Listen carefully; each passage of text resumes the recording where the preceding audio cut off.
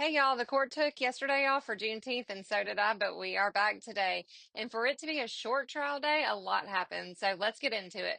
Brendan Paul, Diddy's former assistant and alleged drug mule, testified today. And he didn't just buy weed, he helped run sex parties, tested designer drugs, and cleaned up hotel rooms like crime scenes. So let's break it down.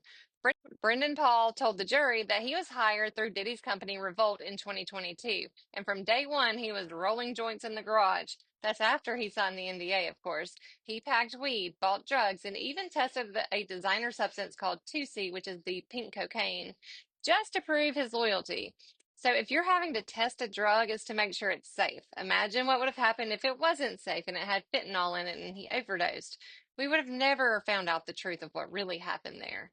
He said he got cash from a Gucci bag or through Diddy security, usually a guy named Fahim, to pay for the drugs. He was arrested in 2024 with 27 grams of cocaine in a personal assistant bag.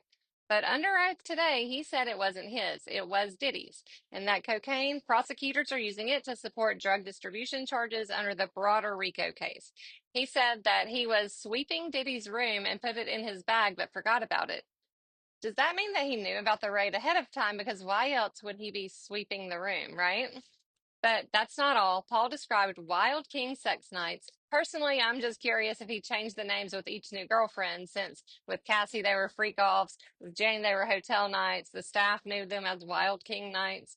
According to Paul, they were moved from hotels to private residences after Cassie's lawsuit dropped, which verifies Jane's testimony.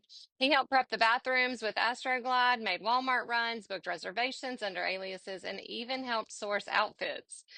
They used a shared note in the Notes app for a supply checklist so Diddy could just add to it when he needed something else. He said Jane was regularly involved in this too. The prosecution is using this testimony to support their sex trafficking conspiracy charge and build the racketeering case, arguing that these parties weren't just personal, they were part of a coordinated criminal enterprise.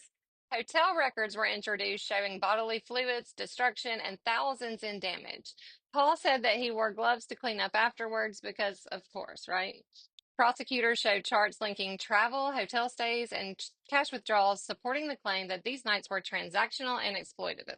On cross, Diddy's lawyer tried to downplay it. They painted Brendan as just a helpful guy. The drugs might have just been for his personal use and that he never witnessed anything non-consensual. He said that he did buy drugs for Diddy, but he is absolutely not a drug mule, saying he bought drugs more than 5 but less than 10 times.